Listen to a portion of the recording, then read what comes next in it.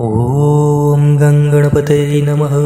बुधवार सेवेमध्ये श्रवण करत आहात संकटनाशन गणेश स्तोत्र. प्रणम्य शिरसा देवं गौरीपुत्रं विनायकं भक्तावासं स्मरे नित्यम् आयुः कामार्थसिद्धये.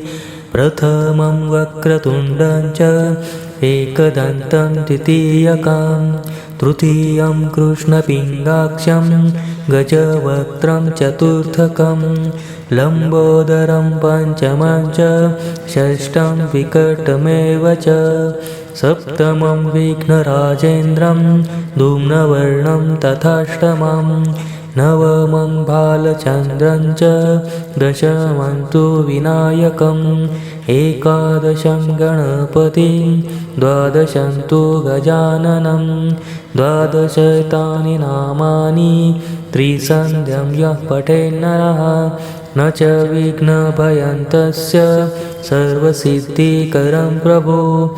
विद्यार्थी लभते विद्यां धनार्थी लभते धनं पुत्रार्थी लभते पुत्रान् मोक्षार्थी लभते गतिं.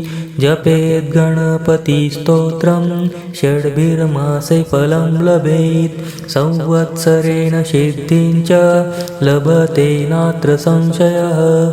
अष्टभ्यो ब्राह्मणेभ्यश्च लिखित्वा यः समर्पयेत् तस्य विद्या भवेत् सर्वा गणेशस्य प्रसादतः.